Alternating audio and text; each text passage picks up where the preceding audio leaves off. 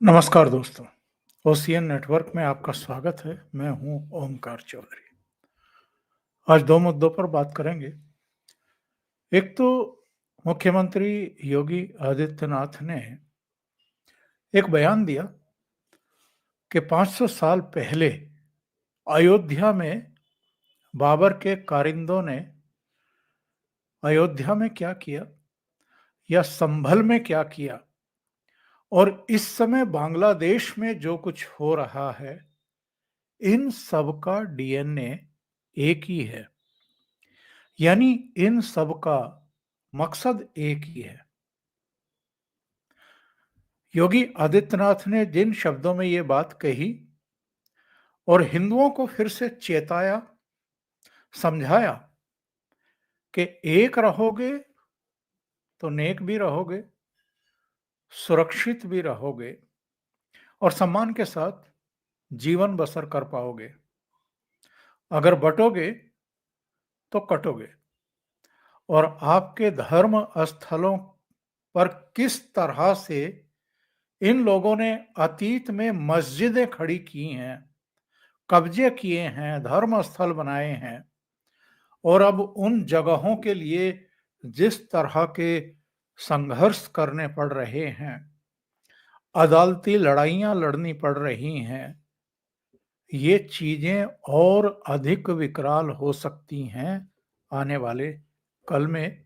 और जो हमारी पीढ़ियां हैं उनके लिए तो और मुश्किलें खड़ी होने वाली हैं, क्योंकि आबादी इनकी बहुत तेज गति से बढ़ती जा रही है।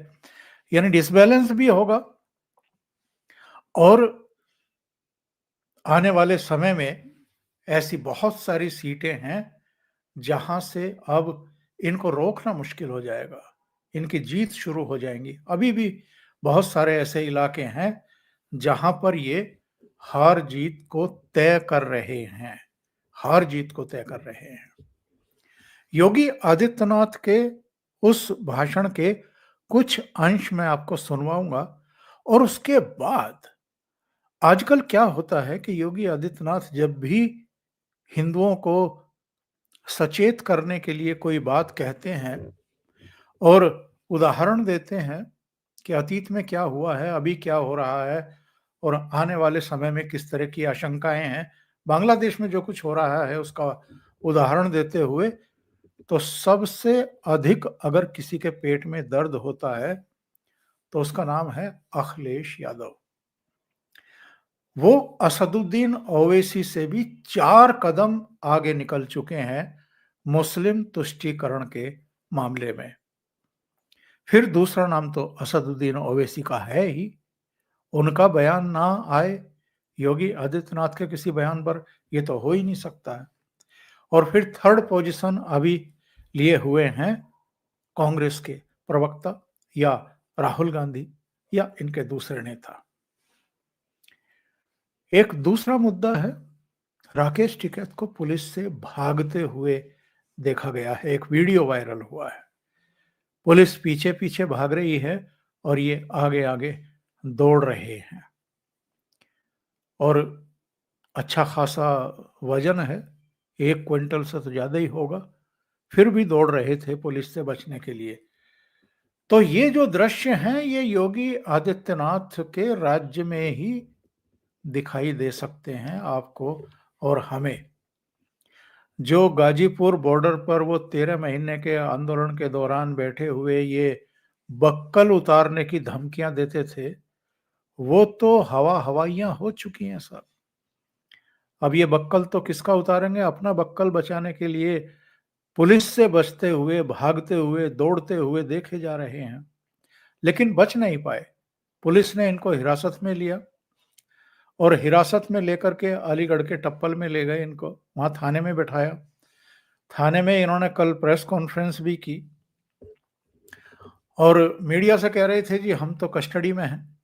कस्टडी में रहते हुए क्या कोई प्रेस कॉन्फ्रेंस करता है? लेकिन इनको क्यों रोका गया ये बाद में इनकी भी समझ में आ गया।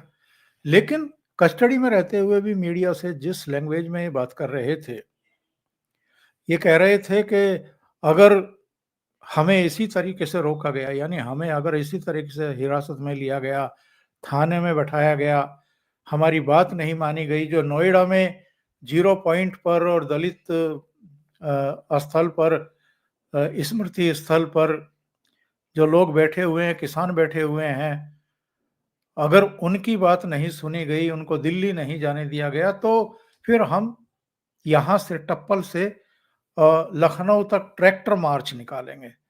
ये लाखों ट्रैक्टरों की धमकी बहुत देते रहे हैं। तो इनकी इस धमकी का भी कोई असर नहीं पड़ा पुलिस पर, और बाद में तो इनके सुर बदल गए साहब। वो सुर कैसे बदले, उस पर भी चर्चा करेंगे। लेकिन पहले योगी आदित्यनाथ के उस भाषण के अंश मैं आपको सुनवाता हूं जो उन्होंने दिया, और जिसके बाद अखिलेश यादव के पेट में मरोड़ उठनी शुरू हो गई। योगी आदित्यनाथ जी को सुन लेते हैं। देश में किस प्रकार का कृत्य कर रहे हैं, याद रखना। किसी को अगर गलतफहमी हो, 500 वर्ष पहले बाबर के एक सिपह सालार ने जो काम अयोध्या में किया था, जो काम संभल में किया था, और जो काम आज बांग्लादेश के अंदर हो रहा है, तीनों की प्रकृति, तीनों का डीएनए एक जैसा है। गलतफहमी में मत रहना। अगर कोई ये मानता है कि वो बांग्लादेश में हो रहा है, तो यहां भी बांटने वाले तत्व उनके लिए बेट बन करके खड़े हो रखे हैं, पहले से खड़े हैं। वे समाज के सामाजिक ताने बाने को छिन्न भिन्न कर रहे हैं। तो योगी आदित्यनाथ ने क्या गलत कहा था? 500 साल पहले अयोध्या में क्या हुआ था? एक मंदिर था और उस मंदिर को तुड़वा करके बाबरी मस्जिद खड़ी कर दी गई थी, जो 1992 में ध्वस्त की गई कार सेवकों के द्वारा। और उससे पहले तो मुलायम सिंह यादव जब मुख्यमंत्री हुआ करते थे तो कार सेवकों पर उन्होंने गोली चलवा दी थी। लालकृष्ण आडवाणी जो सोमनाथ से अयोध्या के रथ यात्रा निकाल रहे थे, उनको समस्तीपुर में, बिहार में लालू यादव मुख्यमंत्री थे, उन्होंने गिरफ्तार करा लिया था। इसके बावजूद हजारों की संख्या में कार सेवक अयोध्या पहुंच गए थे, तो वहां पर गोली चली थी। और जो जवान भगवान राम को लेकर के, राम मंदिर को लेकर के, कार सेवकों को, उनके आस्थावानों के को लेकर के मुलायम सिंह यादव की रहती थी कि क्या हुआ अगर 16-17 मरे हैं या जितने भी मरे थे, अगर 30-35 और मर जाते तो भी हमें कोई परेशानी नहीं होती। इस तरह की जबान किसके लिए बोली जाती थी? केवल मुसलमानों के वोट हासिल करने के लिए। तो योगी आदित्यनाथ के जो उन्होंने कहा कि जो अयोध्या में हुआ, जो संभल में हुआ, संभल में भी तो यही हुआ, वहां पर हरिहर मंदिर था, उसकी जगह पर यह मस्जिद खड़ी कर दी गई, जिसको शाही मस्जिद का नाम दिया गया है, जिसको लेकर के अब ये बवाल हो रहा है। और पुलिस पर अटैक करने की कोशिशें हुई, दंगा फसाद करने की कोशिश की गई, और जो हिंदुओं की कॉलोनीज हैं, बस्तियां हैं, उन पर अटैक करने का षड्यंत्र रचा गया, साजिशें रची गई। अब तो नई नई सूचनाएं मिल रही हैं, ऐसी बुलेट के खोखे मिल रहे हैं जो पाकिस्तान मेड है। तो जल्दी ही मुझे लगता है कि 1-2 दिन के भीतर ये केस एनआईए को शिफ्ट कर दिया जाएगा। और योगी आदित्यनाथ ने कहा है कि संभल के दंगाइयों को कोई भी एक भी बचने ना पाए, सबको कानून के कटघरे में खड़ा किया जाएगा। और जिस तरीके से वहां पर गाद भरी हुई नालियों को भी टटोला जा रहा है, सबूत ढूंढ रही है पुलिस, तो ऐसा लगता है कि योगी सरकार ने फैसला कर लिया है कि ये जो संभल में हुआ है, 50-60 ट्रैक्टर ट्रॉली पत्थर निकला है, छतों से पत्थर निकले हैं अभी भी, यानी जितने पुलिस के ऊपर बरसाए गए थे उनसे भी कई गुना पत्थर जो है वो छतों से मिले हैं। तो ये जो साजिशें रची जा रही हैं और जिस तरीके से सर्वे का विरोध किया गया, और एएसआई का तो कहना है कि हमें तो वहां घुसने ही नहीं दिया जाता है, जबकि ये एएसआई के कब्जे में है मस्जिद, उसका रूप स्वरूप बदल दिया गया। सुप्रीम कोर्ट में ये पहुंच गए थे कि साहब, सुप्रीम कोर्ट ने कहा कि इलाहाबाद हाई कोर्ट जाइए। इलाहाबाद हाई कोर्ट 6 दिन हो गए हैं सुप्रीम कोर्ट के आदेश को ये जाने की हिम्मत नहीं जुटा पा रहे हैं, क्योंकि वहां स्टेटस पूछा जाएगा। 1920 में एएसआई ने, जब अंग्रेज शासन था, तब इसको अपनी सुपुर्दगी में लिया था, इसका अधिग्रहण किया था एक तरीके से। लेकिन आज की तारीख में तो एएसआई का कब्जा ही नहीं है वहां पर। इन्होंने उसका फर्श से लेकर के छत और पता नहीं क्या क्या चेंज कर दिया है। तो ये हाईकोर्ट जाएंगे तो वहां पर स्टेटस रिपोर्ट पेश करने के लिए कहा जाएगा, किसके कब्जे में है, कानूनी स्थितियां क्या हैं, ये जवाब नहीं दे पाएंगे। ये जो मस्जिद कमेटी है, इंतजामिया कमेटी जो है, वो जवाब नहीं दे पाएगी, इसलिए हाईकोर्ट जा ही नहीं रहे हैं सुप्रीम कोर्ट के आदेश के बावजूद। तो योगी आदित्यनाथ ने कुछ गलत तो कहा नहीं, उन्होंने कहा कि इनका डीएनए एक ही है। बांग्लादेश में भी हिंदुओं पर ही अत्याचार हो रहे हैं, हिंदू परिवारों पर अत्याचार हो रहे हैं।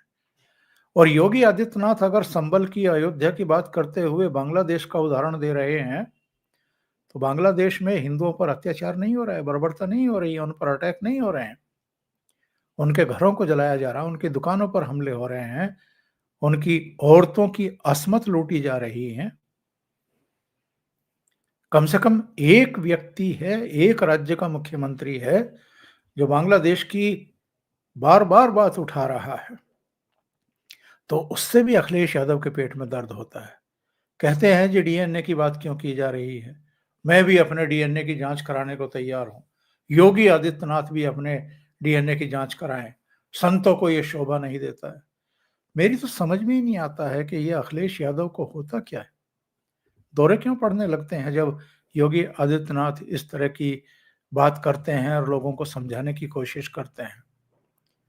एक ही बात समझ में आती है, इनको दौरे क्यों पड़ते हैं, क्योंकि जब ये मुख्यमंत्री थे 2014 में लोकसभा चुनाव हुआ था, तो भारतीय जनता पार्टी ने उत्तर प्रदेश में 74 सीटें जीती थी। 72 भारतीय जनता पार्टी ने जीत ली थी और 2 इनके सहयोगी दलों ने, 80 में से 72 सीटें।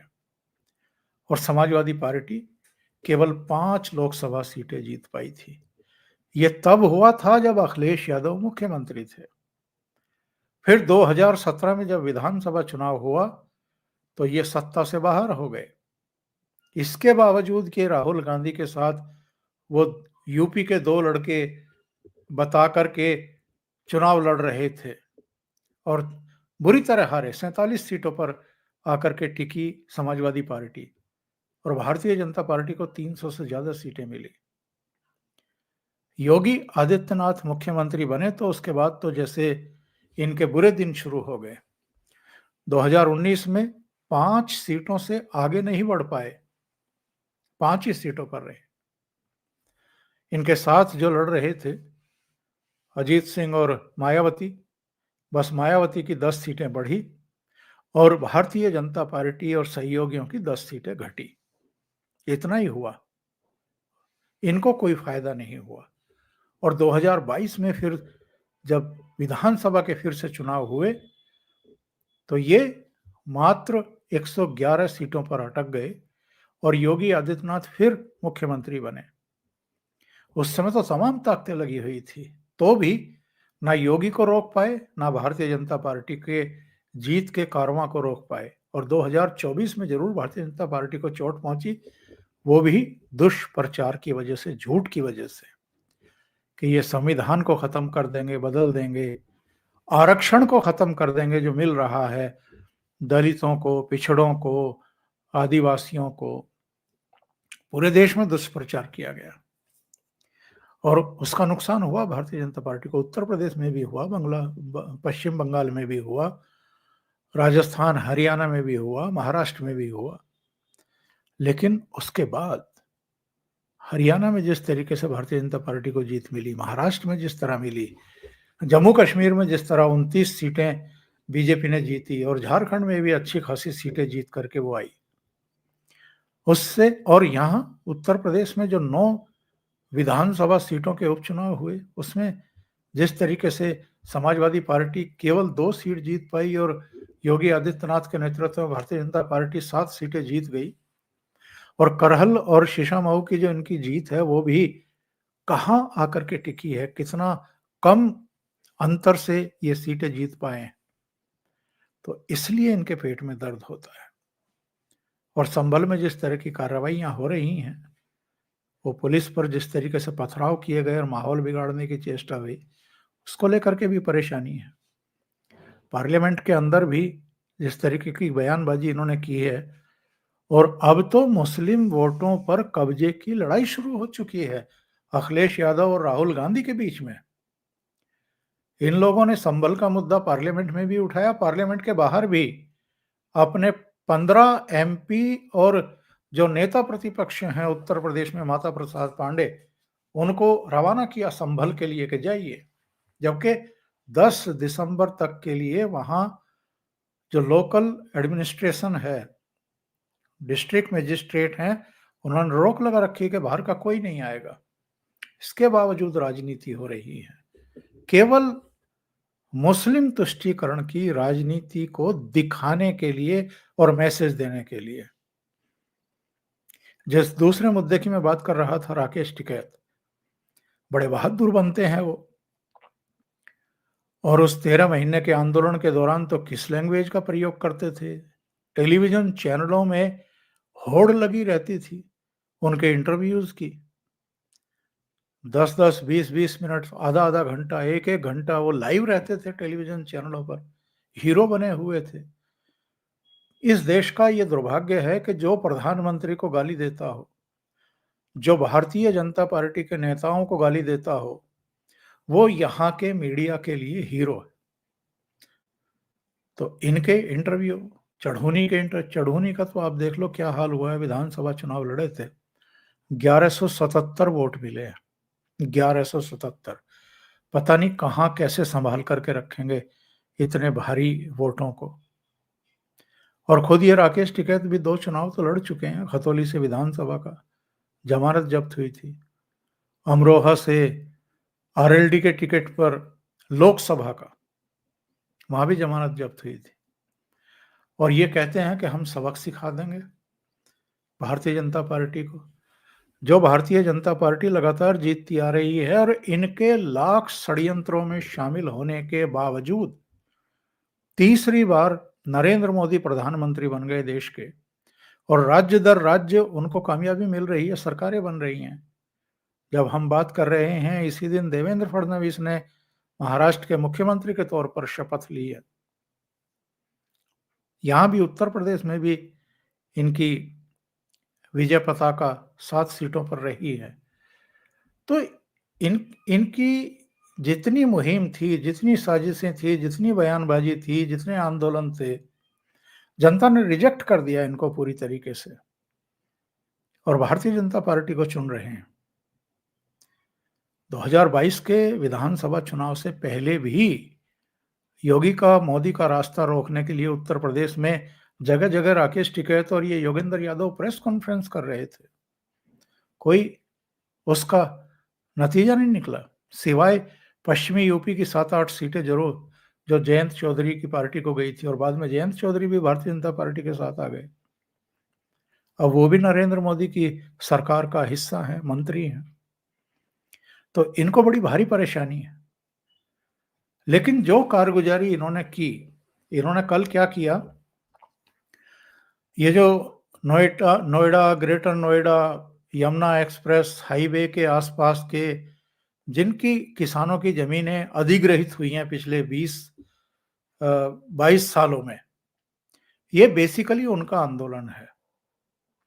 और उनकी कुछ मांगे जायज हैं। जैसे जब केंद्र में यूपीए की सरकार थी, मनमोहन सिंह प्रधानमंत्री थे, तब इन लोगों की बहुत सारी भूमि का अधिग्रहण हुआ था और जितना मुआवजा इनको मिला था उससे ये संतुष्ट नहीं थे। मामला सुप्रीम कोर्ट तक गया। तो सुप्रीम कोर्ट ने बाद में एक आदेश दिया था कि साहब इनको, चूंकि जमीनों की कीमतें काफी बढ़ गई हैं और उस समय इनको बहुत कम मुआवजा मिला था, तो इनको 64% बढ़ा करके बाकी का जो मुआवजा है वो दिया जाए। अब उसको लेकर के अथॉरिटीज जो हैं, जो भी नोएडा अथॉरिटी है, ग्रेटर नोएडा अथॉरिटी है, यमुना एक्सप्रेसवे प्राधिकरण जो भी हैं, उनके अपने तर्क होंगे। वो भी लड़ाई लड़ रहे हैं, किसान भी लड़ाई लड़ रहे हैं। अब इस मुद्दे को सुलझवाने के लिए ये लोग अब आंदोलन के रास्ते पर उतरे हैं। तो शांतिपूर्ण तरीके से आप आंदोलन करिए, जहां आपको आंदोलन करना है वहां आप आंदोलन करिए, समझ में आता है। लेकिन अगर आप कानून तोड़ेंगे, अगर वहां से आप ग्रेटर नोएडा के 0 पॉइंट से या दलित जो पार्क बना हुआ है महा माया फ्लाईओवर के पास, वहां से अगर आप दिल्ली की तरफ बढ़ेंगे और दिल्ली पुलिस आपको अगर रोक रही है या उत्तर प्रदेश पुलिस आपको रोक रही है और फिर भी आप नहीं रुक रहे हैं, तो पुलिस तो कार्रवाई करेगी। और पुलिस ने कार्रवाई की। 2 दिन पहले परसों रात इन्होंने, पुलिस ने 38 किसान नेताओं को गिरफ्तार किया था। अगले दिन फिर 43 और को किया और कुछ और लोगों को हिरासत में लिया है। और वो सारी जगहें खाली कराई गई हैं जहां जहां पाबंदी थी कि आप यहाँ धरने प्रदर्शन नहीं कर सकते, दिल्ली की तरफ कूच नहीं कर सकते। और दिल्ली की तरफ कूच क्यों नहीं कर सकते? क्योंकि पार्लियामेंट चल रही है। तो दिल्ली पुलिस या दिल्ली का शासन प्रशासन नहीं चाहेगा कि ऐसे समय जबकि पार्लियामेंट का सेशन चल रहा है, एक नया बवाल दिल्ली में फिर से शुरू हो, फिर से दिल्ली को बंधक बनाया जाए। तो ये राकेश टिकैत, चूंकि इनको पूछा नहीं गया होगा, तो ये खुद ही अपने से उनसे मिलने के लिए जा रहे थे और वहां चौधराउंड दिखाने के लिए जा रहे थे। पुलिस ने इनको रोका। तो इनका एक वीडियो बड़ा वायरल हो रहा है कि पुलिस इनको पकड़ने के लिए पीछे पीछे दौड़ रही है और ये आगे आगे भाग रहे हैं। जय किसान, जय जवान, जय किसान, राकेश टिकैत जिंदाबाद, राकेश टिकैत जिंदाबाद, राकेश टिकैत जिंदाबाद, भारतीय किसान यूनियन जिंदाबाद, भारतीय किसान यूनियन जिंदाबाद।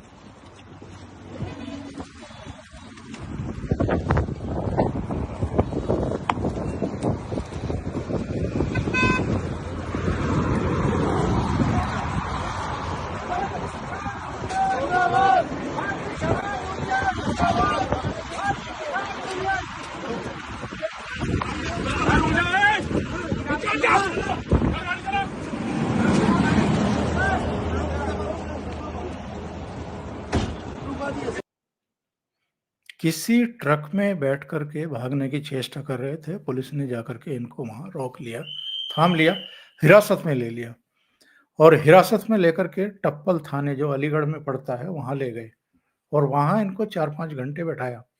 इनके कुछ समर्थक भी थे। तो वहां पर ये थाने के भी कुछ दृश्य वहां के हैं। जो पुलिस अधिकारी हैं वो इनको समझाने की कोशिश कर रहे हैं कि आप बिना मतलब इसमें पैर ना घुसेड़ें और जो शांतिपूर्ण एक माहौल है इसको अशांत करने की कोशिश ना करें। तो वहां तो धमकियां दे रहे थे ये, और हम तो लखनऊ तक जो है ट्रैक्टर मार्च निकालेंगे और देख लेंगे और ये कर लेंगे। लेकिन जब बाद में थाने से बाहर आए तो ये शांत हो चुके थे। इनका एक बयान भी आ गया जिसमें लिखा है कि दिल्ली कूच करने से समस्या का हल नहीं होगा। राकेश टिकैत ने किसानों के प्रदर्शन से दूरी बनाई। तो बहुत जल्दी ही मुझे लगता है कि समझ आ गई या कहीं से इनको समझाया गया कि आप इन चीजों से अपने को दूरी रखें, बेहतर होगा। और तब इनको शायद ज्ञान की प्राप्ति हो गई है।